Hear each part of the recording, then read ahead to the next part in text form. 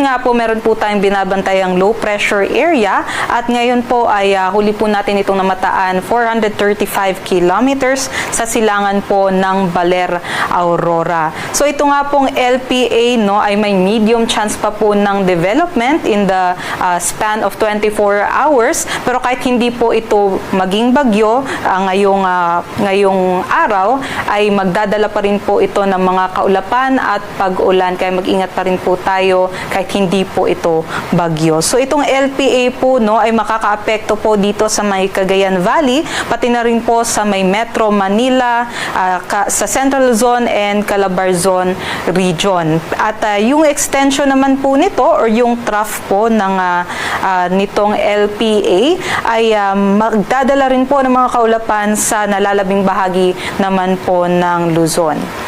Ngayon po yung kanyang pagkilos po ay pa west-northwestward sa bilis na 10 kilometers per hour. So medyo may kabagalan po yung kanyang pagkilos, pero may certainty na po tayo na ito po'y tatawid dito sa northern at central Luzon, at pagtawid po nito, saka pa po tataas yung tsansa nito na maging bagyo kung makaabot na po siya dito sa may West Philippine Sea. At kung maging bagyo nga ay tatawagin natin ito sa pangalang Isang.